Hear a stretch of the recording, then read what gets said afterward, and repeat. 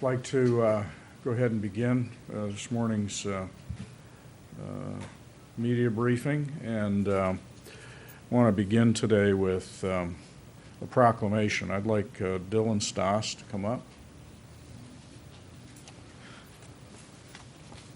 Now, I've known Dillon and his wife for a number of years, principally through the Lima Sister City Association. They've been very actively involved. And then one day I was at an event a few years ago, and Dillon was there in a different capacity. You know, you get to know people one way and then you see them another, and new insights. And that was a dedication of a memorial in front of the Civic Center for the Korean War vets. And Dillon was there not only as a Korean War vet, but also as a poet. So if you go to the front of the Civic Center, there is a marble monument planted in one of the planters, and Dillon's poetry is there on the monument. So that is connected to today and the proclamation that I have, which reads as follows. Whereas during the 3 years of the Korean War, 1.7 million members of the U.S. Armed Forces endured harsh combat and severe climatic conditions at grave personal risk in order to preserve the freedom of the people on the Korean Peninsula. And whereas the Korean War ended in a ceasefire marked by the signing of an armistice on July 27, 1953. And whereas the Korean War was one of the bloodiest wars in history, with more than 34,000 Americans, including over 1,700 from Ohio, killed in action, approximately 103,000 wounded, and more than 7,900 missing. And whereas there are more than 72,000 living Ohio veterans of the Korean War, and their selfless service and sacrifices are worthy of commendation. And whereas it is important to continue to promote recognition of the Korean War by providing the American public with a clear understanding of the lessons, history, and legacy of the war and its veterans. Whereas on July 27, 2016, we commemorate the 63rd anniversary of the end of the Korean War with the signing of the ceasefire on that date. Now, therefore, I, David J. Berger, Mayor of the City of Lima, Ohio, do hereby proclaim July 27, 2016 as Korean War Armistice Day in our community, and call upon all citizens to show sincere appreciation by paying tribute to Korean War veterans, and to make every effort to express our thanks to these men and women who willingly sacrificed their lives that freedom may continue to reign in our American homelands and abroad. In witness whereof I have hereunto set my hand and caused to be affixed the seal of the City of Lima this day of July 2016. Bill? Thank you, David. On behalf of all the Korean War veterans, on behalf of all the veterans in this area, I want to thank you for your recognition and for allowing us to put that marker over there in the public square. I had nothing to do with that, but thank you very much. Thanks a lot.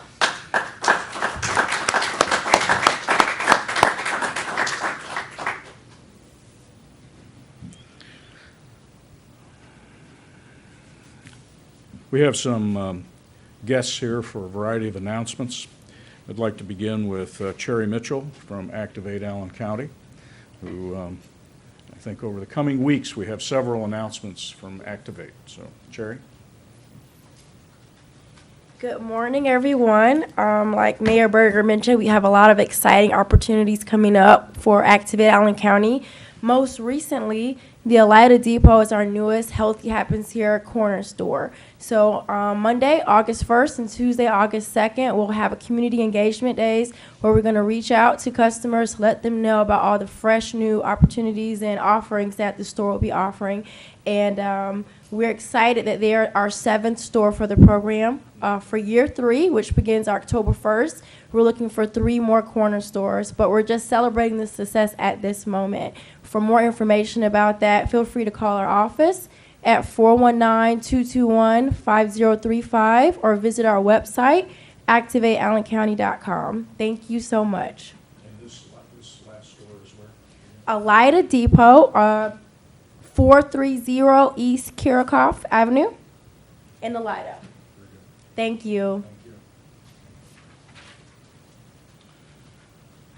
Just to emphasize, we have, of course, for several years recognized that we have food deserts in our community throughout the county. And the ability for folks to conveniently access healthy foods, nutritional fruits and vegetables, fresh, is a challenge. And so for folks that either have lack of transportation or otherwise, the opportunity to actually work with the local store, the convenience store, or the neighborhood store, and get them engaged and focused on the ability to market in their neighborhoods those kinds of foodstuffs is really a huge part of the strategy for how we deal with obesity and other kinds of food-related needs in our community. So appreciate what Activate Allen County is doing. Thank you. Also, we have a representative here from the American Cancer Society, Allison Basil. So Allison, if you'll come up, and I think you have some folks with you from the Lima Police Department. Gentlemen, if you'll come up.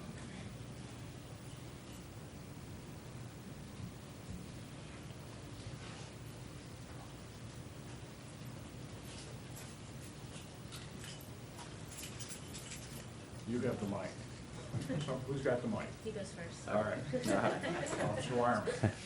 Hello, I'm Officer Wireman, and I'm one of the community-oriented police officers down at the Bradfield Center. Earlier this year, we met with the American Cancer Society, and they wanted to somehow show and get the community involved with not only us, but with them, to work together to make more awareness, to bring more awareness to the community, and how American Cancer Society also helps with the community in getting people to treatment.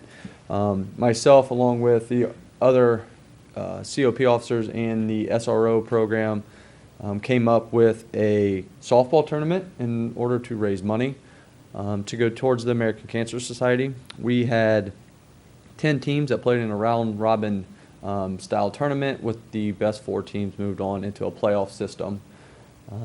Through that, we had several businesses through the community that came forward and helped us out. Without them, I don't know that we could have put it on. I know we couldn't have put it on. And some of those businesses were the Sam's Club, Walmart, both Walmarts, Allentown and on Harding Highway, the Salvation Army, McDonald's, Jerry Lewis's McDonald's, the art program at Lima Senior High, the Lima Parks and Rec, of course the American Cancer Society, all their volunteers, the Bradfield, because it was hosted through the Bradfield Center, and then of course all the players and teams. With all those folks coming together, we were able to raise $710.50 to go to the American Cancer Society. So with that being said, I'd like to present the check to them for the amount of $710.50, and hope to continue this partnership as we go on. Terrific. Appreciate it.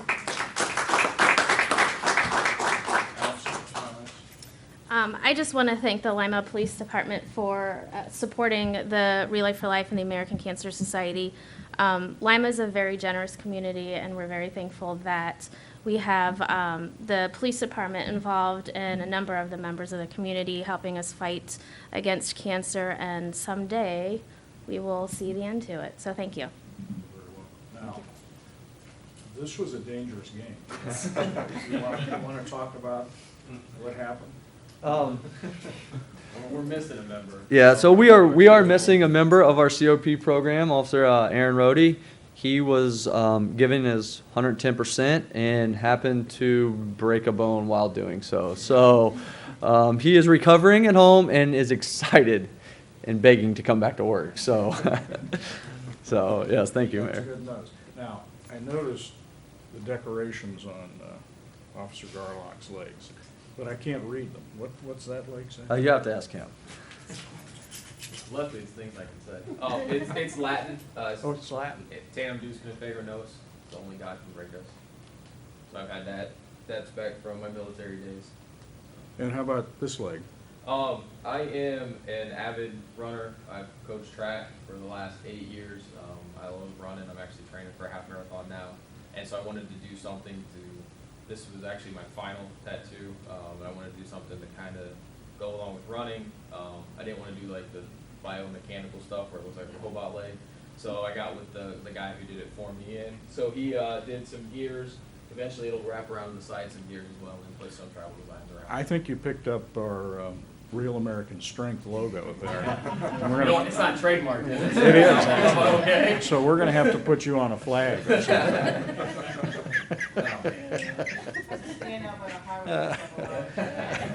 I've been out there before for other things, so I can just make sure I wear these pants when I do that. That's right. So, All right, thank you all. thanks, sir.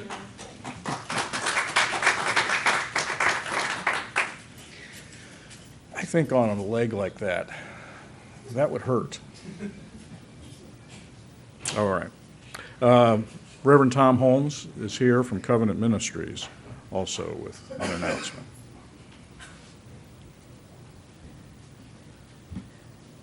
Good morning. I'm from Covenant Ministry Services. We've been we're an individual counseling center since 1989, but in the last 10 years or so, we've been very interested in addressing the problems of alcohol and substance abuse. Lately, we have partnered with the Heroin Epidemic Leadership Project, of which Mr. John Berger here is going to speak a minute. But what I'm here for is to announce the opening of a long-term residential care facility. The only way this project can be successful is if it is a collaborative grassroots initiative, and that is what we hope to do. And we have brochures which, in order to open this project, will require the subscription of community members. And so we have a brochure which will announce different aspects of the year budget, and our hope is to get as many people in the community to be a participant in it, because in order to address this, it'll be a long-term, sustainable, collaborative effort which will ultimately be successful. So our hope is that this will be an asset to the community, and that people who are struggling, who are going to die, will have some means of success. And John, did you want to mention? David's giving me the stink eye over here because he knows if I get a microphone in my hand, it's going to be trouble. My name is John Boker. My only claim to fame, I have two. I got the railroad tracks fixed on Cable Road. Oh, yeah. And my son runs the comic book store. So that's it. Those are my only claim to fame. One of the things that I have a passion for is improving the quality of life in the community in which I reside. My wife and I reside. My wife currently has Parkinson's and diabetes, and I'm not here to hand out pity party invitations, but we do have some issues. However, this community has some major issues, and one of them is drugs. And I think the gentlemen in blue sitting there are painfully aware of their daily occurrences of dealing with drug addicts on the street. One of the things that really upset me when I moved down here is when I had lunch with Jed Metzger from the Chamber of Commerce. He said, you know, John, he said, our greatest frustration, 3 out of 4 job applicants who otherwise have the skill sets to be hired cannot pass the drug test. 3 out of 4, folks. That's an epidemic. We are in the grips of an epidemic of drugs, and we need to stop talking about it and start doing something about it.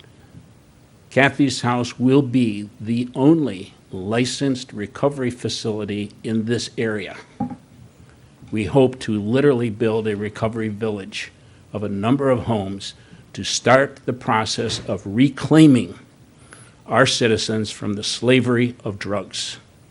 So we appreciate your attention. We appreciate you passing along any information.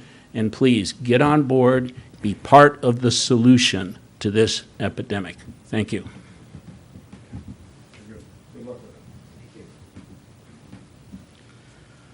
And lastly, Tom Nartker's here. Tom is with Habitat for Humanity, and they sometime soon, I don't know the exact date, have a fundraising event coming up. Yes, sir.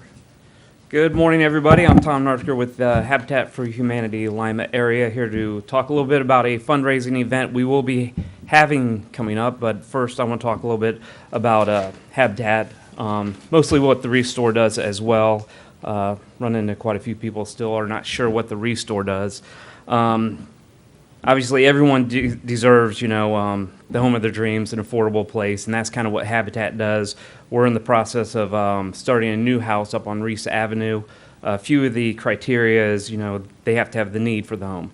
Do they have the ability to pay, and are they willing to partner, which means they have to help actually build the homes as well.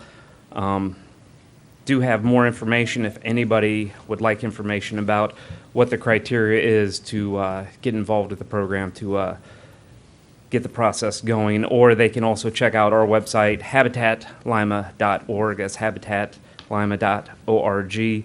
Our Restore is also the same location where the Habitat offices are, on the corner of Elm and Metcalf. It's 550 West Elm Street.